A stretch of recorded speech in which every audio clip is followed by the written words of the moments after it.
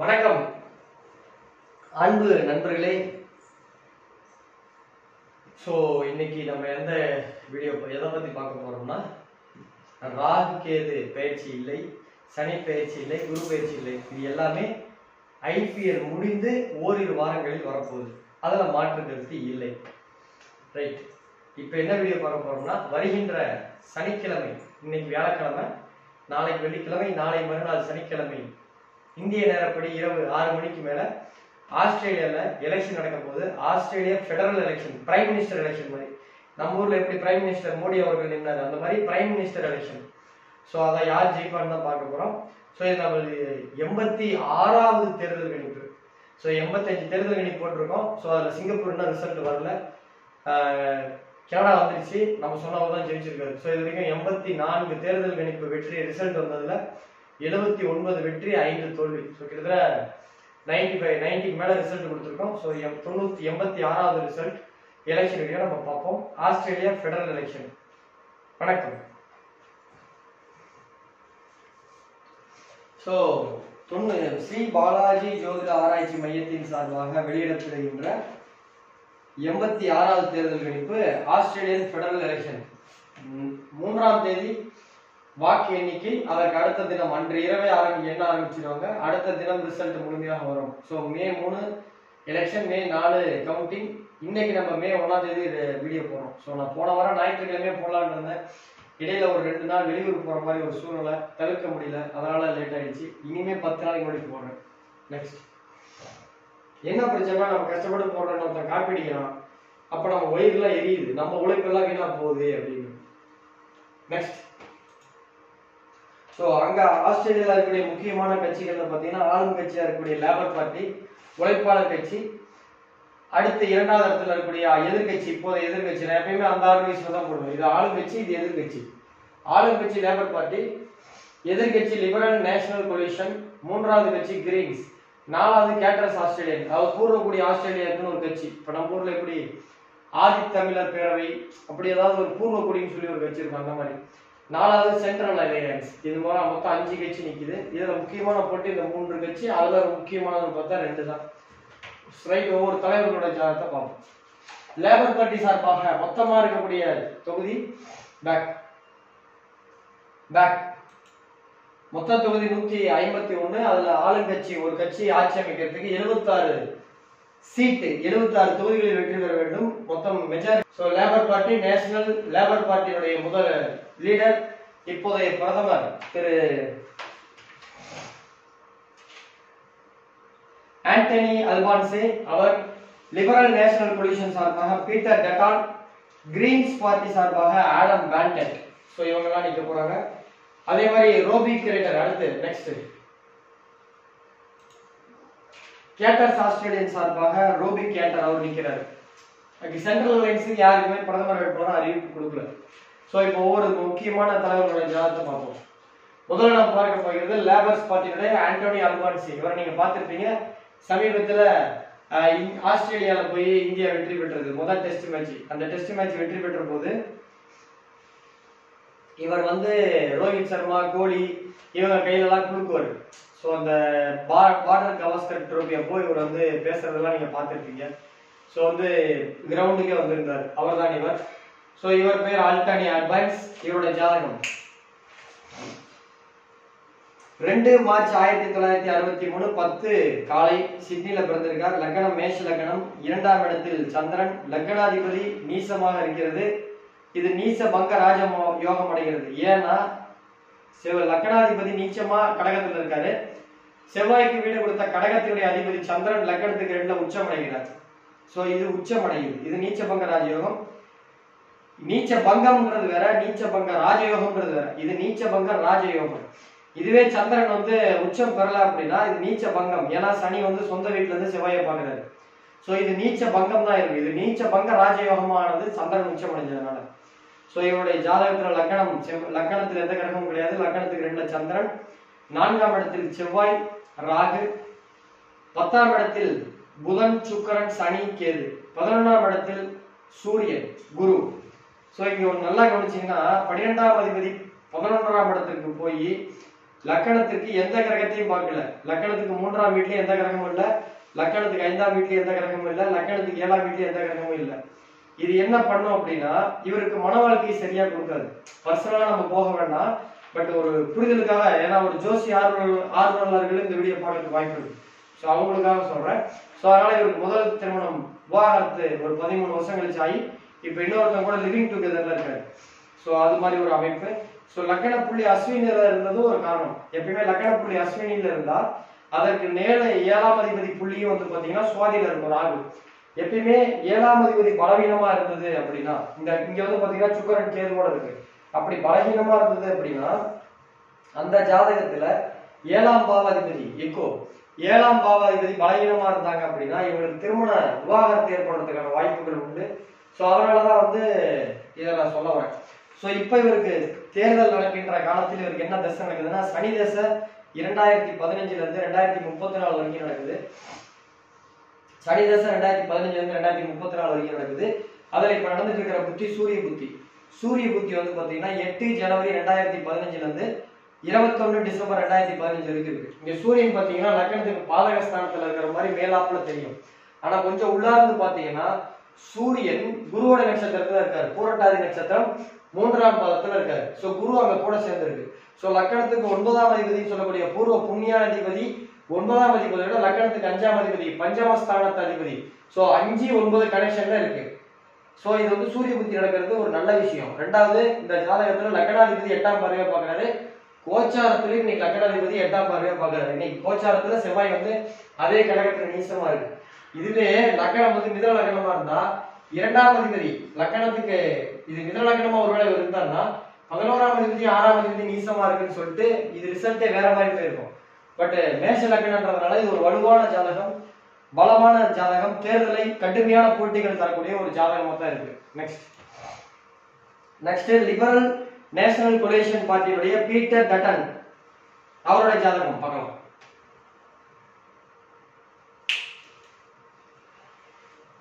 18 November 1970 காலை 10 மணிக்கு பிரிஸ்பேன்ல இவர் பிறந்திருக்காரு.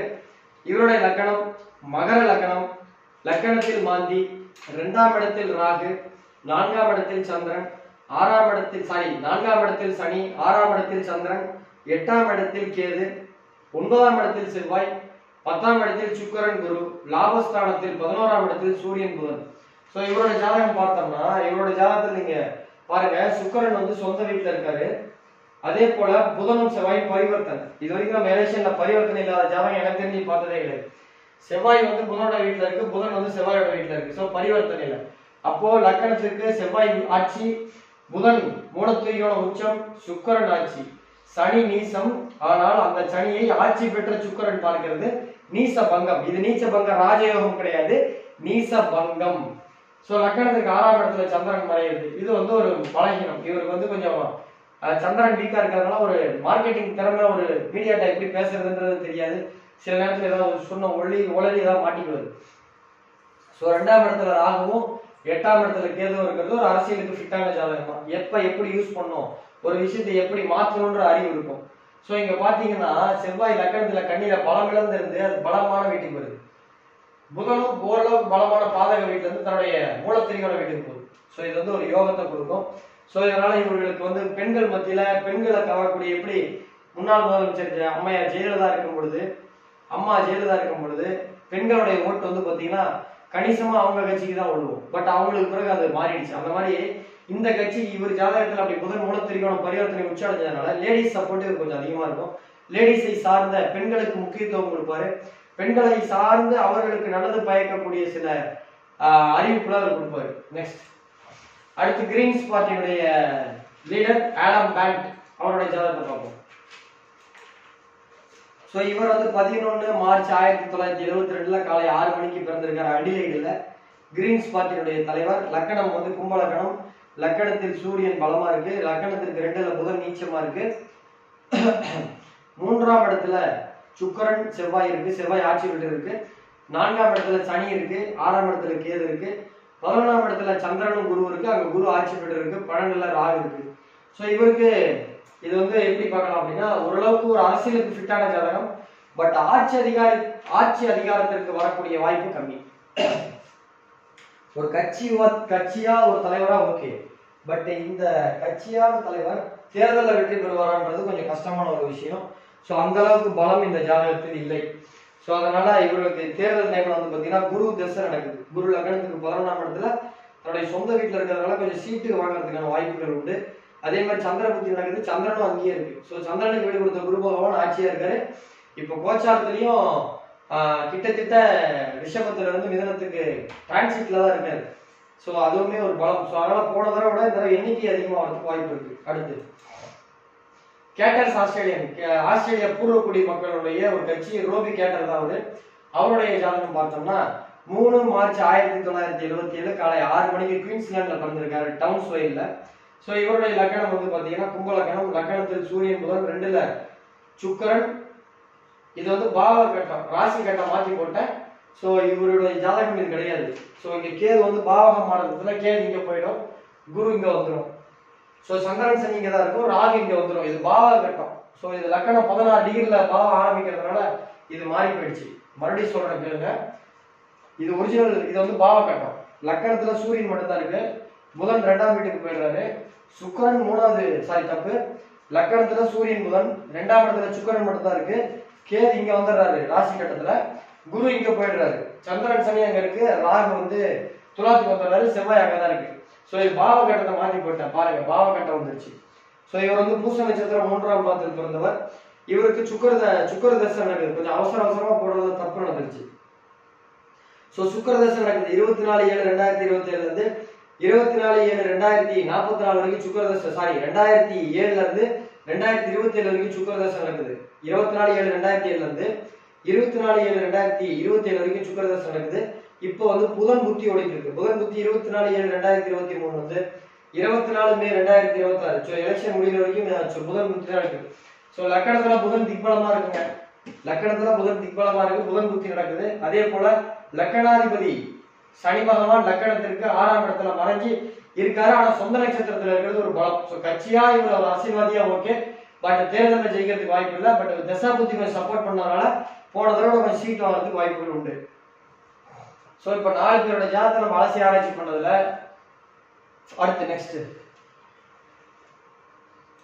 இவர் வெற்றி பெறுவதற்கான வாய்ப்புகள் இல்லைன்றது முதல் கணிப்பு. நெக்ஸ்ட் பின்னாடி பேக் இவரும் வெற்றி பெறதுக்கு வாய்ப்பு இல்லை. ஸோ போட்டி இவங்க 2 பேருக்குள்ளதான். மறுபடியும் இவங்க 2 பேர் ஜாதகத்தை மறுபடியும் ஒரு பார்ப்போம். ஸோ இப்போ தேர்தல் நேரத்துல சனி பகவான் லக்கணத்துக்கு 12ல இருக்காரு. தனது 3ஆம் பார்வையை சந்திரனை பார்க்கறாரு, 10ஆம் பார்வையா தனுசு ராசியை பார்க்கறாங்க, 7ஆம் பார்வை கன்னியை பார்க்கறாங்க. கரெக்டா இல்லை. ராகு பகவான் சூரியன் மேல கிட்டத்தட்ட வரப்போறார். சந்திரன் லக்கணத்திற்கு சந்திரன் மேல, குரு வந்து லக்கணத்துக்கு ரிஷபத்துல சந்திரன் மேல இருக்கு, கேது லக்கணத்துக்கு 6ல இருக்கு. ஸோ இங்க பிரச்சனை வந்து ராகு பகவான் மட்டும் சூரியன் ராகுவோட சேர்ந்து இப்ப இங்க இருக்காரு. ஸோ இன்னும் வந்து அவர் மாறல, இன்னும் ஒரு 20 நாள் கழிச்சு தான் மாறாரு. ஸோ இப்ப இங்க வந்து எந்த பிரச்சனையும் கிடையாது. சனி ராகு இங்க இருக்கு, கேது அங்க இருக்கு, சந்திரன் மேல குரு இருக்கார். இது ஒரு நல்ல காம்பினேஷன். ஸோ கோச்சார ரீதியா ஓகே. தசா புத்தியும் பார்க்கும் பொழுது இவருக்கு நடக்கிற தசை வந்து பாத்தீங்கன்னா சனி திசையில சூரிய புத்தி இருக்கு. சூரியன் லக்கணத்திற்கு 5ஆம் அதிபதி 9ஆம் அதிபதியோட சேர்ந்து லக்கணத்துக்கு 11ஆம் இடத்துல இருக்காரு. ஸோ லக்கணத்துக்கு 11ஆம் அதிபதி சனி பகவான் சொந்த வீட்டுல இருக்கிறதுனால இங்க சூரியன் பலம் பொருந்தது. ஸோ இவர் பலமான ஒரு அமைப்புல இருக்காரு. நெக்ஸ்ட் ஸோ இவருது வெற்றி பெறதுக்கான வாய்ப்பு இருக்கான்னு பார்த்தா லக்கணத்துக்கு 3ல சனி பகவான் மறைஞ்சிருக்கார், ராகு இங்க இருக்காரு. பட் இங்க செவ்வாய் மேல கேது இருக்கிறதுனால கொஞ்சம் உட்கட்சி பூசல் இருக்கும். இவர் மேல கட்சிக்காரர்கள் அதிருப்தியில் இருப்பாங்க. குரு பகவான் எந்த கிரகத்தின் மேல இல்ல, ஆனா செவ்வாயை பாக்குறாரு, சூரியன் புதனை பாக்குறாரு. சோ இவர் வெற்றி பெறுவோன்ற நம்பிக்கையில கடுமையான உழைப்பு போட்டுட்டு இருக்காரு. சோ அரசு அதிகாரிகளுமே கூட இவருக்கு ஓட்டு இந்த தடவை போடுறதுக்கான வாய்ப்புகள் உண்டு. அரசு அதிகாரிகளுக்கு சாதகமான நிறைய வாக்குறுதி தான் அவர் கொடுத்திருப்பாரு, கொடுக்கறதுக்கான வாய்ப்புகள் ஜாதகம் எப்படி காட்டுது. சோ ஜாதகத்துல விலைவாசி உயர்வு, எரிசக்தி ப்ராப்ளம், வீடு வந்து ஆஸ்திரேலியால வீடு வாங்குறதெல்லாம் ரேட் ரொம்ப அதிகமா போயிடுச்சு. இதெல்லாம் முன்னேற்ற அஸ்ட்ராலஜி ரீதியான ப்ராப்ளம். ஸோ இதெல்லாம் இருந்தாலும் இவருக்கு தசை வந்து ஓரளவுக்கு இப்ப இதுவே ஒரு கும்பல மீன லக்கணமா இருந்தாருன்னா லக்கணாதிபதி 8ல மறைஞ்சிருக்கு, லக்கணாதிபதிய சூரியனை குரு பார்க்கிறாரு, லக்கணத்துக்கு 6 கூடிய சூரியன் வந்து லக்கணத்திற்கு 9ல இருக்கு. இப்ப குரு பார்வை இருந்திருக்கும், இவர் ஜெயிச்சிருந்திருப்பாரு. பட் இவரு மகர லக்கணம் தச ஜாதகப்படி. ஸோ இவர் டஃப் ஃபைட் கொடுத்தாலும் வெற்றி பெறுவதற்கான வாய்ப்புகள் கொஞ்சம் கம்மியா இருக்கு. ஸோ இதெல்லாம் ஆராய்ச்சி பண்ணி பார்த்தா ஸ்ரீ பாலாஜி ஜோதிட ஆராய்ச்சி மையத்தின் சார்பாக வெளியிடப்படுகின்ற கணிப்பு வருகின்ற சனிக்கிழமை நடக்கின்ற தேர்தலில் ஆஸ்திரேலியன் பெடரல் எலெக்ஷன் நம்முடைய ஸ்ரீ பாலாஜி ஜோதிட ஆராய்ச்சி மையத்தின் சார்பாக 86வது தேர்தல் கணிப்பு ஆண்டனி அல்பான்சி அவர்கள் வெற்றி பெறுவார் என்பதே ஸ்ரீ பாலாஜி ஜோதிட. ஆஸ்திரேலியன் பெடரல் எலெக்ஷன் 2025ல வருகின்ற 3ஆம் தேதி எலெக்ஷன் நடந்து 4ஆம் தேதி வாக்கு எண்ணிக்கை நடைபெறும். சோ அடுத்த வாரம் திங்கட்கிழமை வர திங்கட்கிழமைக்குள்ள ரிசல்ட் கன்ஃபார்ம் ஆயிடும். சோ திங்கட்கிழமை அடுத்த வாரம் புதன்கிழமை பதவி ஏற்பார். சோ வெற்றி பெறக்கூடிய வாய்ப்பு ஸ்ரீ பாலாஜி ஜோதிட ஆராய்ச்சி மையத்தின் சார்பாக வெளியிடப்படுகின்ற ஜோதிட கணிப்பு என்னவென்றால் இவர் வெற்றி எப்படியா வெற்றி பெறுவார். ஒன்று மெஜாரிட்டியா வருவாரு, இல்லைன்னா அந்த கிரீன்ஸ் பார்ட்டியுடைய ஆதரவோட வெற்றி பெறுவார். இருக்கின்ற 4 பேரோட ஜாதகத்துல இவர் ஜாதகம் வலுவாக இருப்பதால் இவர் தான் வெற்றி பெறுவார் என்பதுதான் ஸ்ரீ பாலாஜி ஜோதிட ஆராய்ச்சி மையத்தின் சார்பாக வெளியிடப்படுகின்ற ஜோதிட கணிப்பு, ஜோதிட ஆரணம். ஒருவேளை இது உண்மையாக படிக்கும் பட்சத்தில் திங்கட்கிழமை முடிவுகள் வரும், செவ்வாய்க்கிழமை அல்லது புதன்கிழமை பதவியேற்பு பண்ணிடுவார். உலகத்திலேயே அவருக்கு முதல் வாழ்த்தாக இந்தியாவிலிருந்து தமிழ்நாட்டிலிருந்து இந்தியாவில் இருக்கக்கூடிய தமிழ்நாடு மாநிலத்தில் இருக்கக்கூடிய சேலம் மாவட்டத்தில் இருக்கக்கூடிய அம்மாப்பேட்டை என்கின்ற பகுதியில் காந்தி மைதானம் என்கின்ற வட்டத்தில் இருந்து ஸ்ரீ பாலாஜி ஜோதிட ஆராய்ச்சி மையத்தின் சார்பாக அவருக்கு வாழ்த்துக்களையும் பாராட்டுகளையும் தெரிவித்துக் கொள்வதில் மற்றற்ற மகிழ்ச்சி அடைகிறேன். ஸோ ஆஸ்திரேலியாவில் இருக்கக்கூடிய ஆஸ்திரேலியாவில் இருக்கக்கூடிய நம்ம தமிழ்நாட்டுக்காரங்களாகட்டும் அல்லது இலங்கையிலிருந்து ஆஸ்திரேலியாவில் குடிபெயர்ந்தவங்களாகட்டும் இந்த வீடியோவை தான் நீங்க பாத்தீங்கன்னா உங்க நண்பர்களுக்கும் உங்க உறவினர்களுக்கும் ஆஸ்திரேலியாவில் இருக்கக்கூடிய நம்ம மக்களுக்கு நண்பர்களுக்கு ஃபார்வர்ட் பண்ணி என்னுடைய உழைப்புக்கு ஒரு உதவி செய்யுங்க. இவ்வளவு கஷ்டப்பட்டு உழைச்சிருக்கோம், நிறைய யூஸ் பண்ண அடுத்த தடவை வீடியோ போடுறதுக்கு இன்ட்ரெஸ்ட் வரும். ஸோ நம்மளுடைய கணிப்பு இதுதான். ஸோ ரிசல்ட் சீட் வைஸ் பார்ப்போம். ஸோ மொத்தமா தேவைப்படுகின்ற 171 தொகுதிகளுக்கு மெஜாரிட்டிக்கு தேவை 76, லேபர் பார்ட்டி 75 78 தொகுதிகள் ஜெயிக்கும், லிபரல் நேஷனல் கொலிஷன் 50 60 தொகுதிகள் ஜெயிக்கும், கிரீன்ஸ் பார்ட்டி 4 6 தொகுதிகள் ஜெயிக்கும், கேட்டர்ஸ் ஆஸ்திரேலியன் கட்சி 2 3 தொகுதிகள் ஜெயிக்கும், மற்ற சில கட்சிகள் 10 15 தொகுதிகள் ஜெயிக்கும். சோ மெஜாரிட்டிக்கு தேவையான 76 இவர் பெறுவதற்கான வாய்ப்பு 90% இருக்கு. சப்போஸ் மிஸ் ஆனாலும் இந்த கேட்டர்ஸ் கட்சி இந்த அதர்ஸ் எல்லாம் சேர்ந்து ஆட்சி அமைச்சிருவார், அவர் தான் வெற்றி பெறுகிறார். அவருக்கு இப்ப சனி ராகுவோட டிகிரில போகுது, இல்லைன்னா நான் உறுதியை 80க்கு மேல கொடுப்பேன், பட் இருந்தாலும் 78 ஜெயிப்பாருன்றது என்னோட நம்பிக்கை. நெக்ஸ்ட், சோ இந்த வீடியோ பார்க்குற எல்லாருக்கும் ஒரு கருத்து நான் சொல்ல வரேன். இது வரைக்கும் எத்தனையோ தேர்தல் கணிப்பு போட்டிருக்கேன், நான் என்னுடைய போன் நம்பரை போட்டதே கிடையாது. கடந்த 2 மாசமா போட்டுட்டு இருக்கேன். அதுக்கு என்ன காரணம்னா என் பேர்ல நிறைய ஸ்கேம் நடக்குது. பாலாஜி ஹாசன் அப்படின்னு சொல்லிட்டு மற்ற பேர் சில போலியான ஆள்மாறாட்டத்துல அவங்க அப்பாயின்மெண்ட் கிடைக்கிறது கொஞ்சம் கஷ்டம், நான் ஐபிஎல் டைம்ல ஜோசியம் பார்க்க மாட்டேன், வேர்ல்டு கப் டைம்ல ஜோசியம் பார்க்க மாட்டேன்றது தெரிஞ்சுக்கிட்டு யூடியூப்ல மற்ற யூடியூப் சேனல்ல நான் இன்டர்வியூ கொடுக்குறேன்ல அந்த வீடியோலாம் எடுத்து டவுன்லோட் பண்ணி ஷார்ட்ஸ் மாதிரி யூடியூப்ல போட்டு அவங்க போன் நம்பர்ஸை போட்டு பாலாஜி ஹாசன் அப்பாயின்மெண்ட் கான்டாக்ட் போட்டு வேற நம்பர்ல சீட்டிங் நடக்குது. அதற்கும் எனக்கும் எந்த சம்மந்தமும் கிடையாது. நான் பயன்படுத்துறது இந்த ஒரே நம்பர் தான். 2008ல நான் 10th படிச்சேன், 2010ல நான் 12th முடிச்சேன். அப்ப இருந்து 2008ல நான் வாங்கின நம்பர் ஸ்கூல்ல கொடுக்கறதுக்காக. அப்ப இருந்து கிட்டத்தட்ட 2008ல இருந்து கிட்டத்தட்ட 17 வருஷமா இந்த ஒரே போன் நம்பர் தான் யூஸ் பண்ணிட்டு இருக்கேன். இதை தவிர வேற போன் நம்பர் நான் ஜோசியத்துக்காக பயன்படுத்துறது கிடையாது என்பதை இந்த இடத்துல சொல்லிக்கிறேன். இந்த நம்பர்ல தவிர வேற எந்த நம்பர்ல யாராவது உங்களுக்கு அக்கௌண்ட் நம்பர் அனுப்பிச்சாலோ ஜிபே போன்பே அனுப்பிச்சாலோ அது நான் கிடையாது. 2வது ஜிபே போன்பே நான் யூஸ் பண்றதே கிடையாது. என்கிட்ட இருக்கிற ஒரே ஒரு account number State Bank of India Ammapettai பிரான்ச்ல இருக்க ஒரே ஒரு அக்கௌண்ட் நம்பர், அது என் பேர்ல இருக்கு, பாலாஜின்ற பேர்ல. இதை தவிர வேற எந்த ஊர்லயும் அக்கௌண்ட் கிடையாது. சமீபத்தில் என் பேரை சொல்லி ஏமாத்தினவர் மேட்டூர்ல பாலாஜின்ற பேர்ல அக்கௌண்ட் ஓபன் பண்ணிருக்காரு. சோ அந்த பாலாஜி வேற, நான் வேறன்றதை தெரிஞ்சுக்கோங்க. இந்த நம்பர்ல இருந்து வருகின்ற தகவல் மட்டும்தான் நான் அனுப்புறது. இதை தவிர வேற எந்த நம்பரும் நான் பயன்படுத்துறது இல்லைன்றதை தெரிவிச்சுக்கிறேன். சோ யாராவது இந்த வீடியோ பாக்குறவங்க ஜோசியம் பார்க்கணும், உங்களுக்கு எதிர்காலத்துல இப்ப எனக்கு ஐபிஎல் முடிகிற வரைக்கும் டைம் இல்லை, எதிர்காலத்துல பார்க்கணும் விரும்புனீங்கன்னா இந்தியா நேரப்படி காலையில 11 மணில இருந்து 6 மணிக்குள்ள இந்தியால இருந்து என் அப்பாயின்மெண்ட் பார்க்கணும்னு நினைக்கிறவங்க, இந்தியால காஷ்மீர்ல இருந்து கன்னியாகுமரி வரைக்கும் எங்க இருந்தாலும் சரி, இந்தியால இருந்து என் ஜோசியம் பார்க்கணும்னா போன் நம்பர்ல மெசேஜ் போன் நம்பர்ல இந்த மாதிரி கால் பண்ணணும். கால் எடுக்கணும், திரும்ப ட்ரை பண்ணுங்க. இந்தியாவில் இருக்கவங்க வாட்ஸ்அப்புக்கு மெசேஜ் அனுப்பக்கூடாது. வெளிநாட்டுல இருந்து என் ஜோசியம் பார்க்கணும்னு நினைக்கிறவங்க வாட்ஸ்அப்க்கு எனக்கு ஒரு மெசேஜ் போடுங்க, ரிப்ளை வரலன்னா போன் பண்ணுங்க, வாட்ஸ்அப் கால். நீங்க மொபைல் கால் பண்ணாதீங்க. சோ இந்தியாவில் இருக்கவங்க வாட்ஸ்அப் வரக்கூடாது, ஃபாரின்ல இருக்கவங்க வாட்ஸ்அப்ல மட்டும் தான் கான்டாக்ட் பண்ணணும். சோ இதை என் பேர்ல ஸ்கேம் எடுக்கிறதுனால இதை தெரிவிக்க வேண்டிய கடமைக்கு வந்துட்டேன். நம்ம பாட்டுங்க யாரும் ஏமாந்தா நமக்கு என்ன போகக்கூடாது, ஸ்கேம் எடுக்கிறத தடுக்கணும். அதாவது நீங்க வேற ஜோசிக்காரன்ட்ட பாக்குறது பிரச்சனை கிடையாதுங்க, அது உங்க விருப்பம், நீங்க யார்கிட்ட பார்க்கலாம். பட் என் பேரை சொல்லி என்கிட்ட பாக்குறதா நினைச்சு வேற ஒருத்தண்ட பார்த்து ஏமாறக்கூடாதுன்றதுக்காக தான் நான் கொடுக்குறேன். சோ இது ஒண்ணுதான் என் வாட்ஸ்அப் நம்பர். நெக்ஸ்ட், ஸோ இந்த வீடியோடைய இறுதி கருத்து என்னன்னா, இந்த ஆஸ்திரேலியன் ஃபெடரல் எலெக்ஷன்ல 4 பேர் போட்டியிடுகின்ற வேட்பாளர்களோட ஜாதகத்தை அலசி ஆராய்ச்சி டீப்பா ரிசர்ச் பண்ணதுல ஆண்டனி அல்பான்சி அவர்கள் உறுதியாக வெற்றி பெற்று அடுத்த ஆஸ்திரேலிய பிரதமர் ஆவார் அப்படின்றதுதான் என்னுடைய கணிப்பு. ஸோ இந்த வீடியோவை பார்த்த உங்கள் அனைவருக்கும் நன்றி. மறக்காம இந்த சேனலை முதல் முறையா பார்க்கிறவங்க இந்த சேனலை வந்து சப்ஸ்கிரைப் பண்ணிக்கோங்க. இந்த சேனல்ல உலகத்துல எங்க நடந்தாலும், இந்தியர்கள் அதிகமா இருக்கிற ஊர்ல எங்க நடந்தாலும் அந்த தேர்தலை யார் ஜெயிப்பான்ற கருத்து கணிப்பு வரும். IPL 25ஆம் தேதி முடிஞ்ச பிறகு முதல்ல 1 வருஷத்துல முடிகிற குரு பயிற்சி வீடியோ வரும். அதுக்கப்புறம் 1.5 வருஷத்துல முடிகிற ராகு கேது பயிற்சி வரும். அதுக்கப்புறம் சனி பயிற்சி வீடியோ வரும். ஸோ இது லேட்டா நான் போடுறேன்னு எனக்கு நல்லா தெரியுது. முன்னாடியே போட்டிருந்தா இந்த யூடியூப்ல இல்லாதவங்களும் பார்ப்பாங்க, இப்போ போட்டா யூடியூப்ல இருக்கவங்க மட்டும் தான் பார்ப்பாங்க. பட் அதை பத்தி எனக்கு கவலை கிடையாது. என்னை நம்பி சப்ஸ்கிரைப் பண்ண மக்கள் எனக்கு பார்த்தாலும் கூட போதும். ஸோ இந்த ஆஸ்திரேலியாவில் இருக்கக்கூடிய நண்பர்கள் என் இடத்துல இருந்து யோசிங்க. இந்த வீடியோ ப்ரிப்பரேஷன் பண்றதுக்கு ஒரு 1 hour தான் இருக்கும். பட் இதை கணிக்கிறதுக்கு எனக்கு 2-3 நாள் ஆச்சு. ஸோ இதுக்காக நான் ரொம்ப எஃபோர்ட் போட்டிருக்கேன். ஸோ உங்க ஆஸ்திரேலியா ஃப்ரெண்ட்ஸுக்கு, தமிழ் பேசக்கூடிய ஃப்ரெண்ட்ஸுக்கு இதை அனுப்பிச்சிங்கன்னா அவங்க இந்த சேனலை சப்ஸ்கிரைப் பண்ணுவாங்க. ஸோ அதுக்காக எனக்கு அடுத்த வீடியோ போடுறதுக்கு ஒரு உந்து சக்தியா இருக்கும்.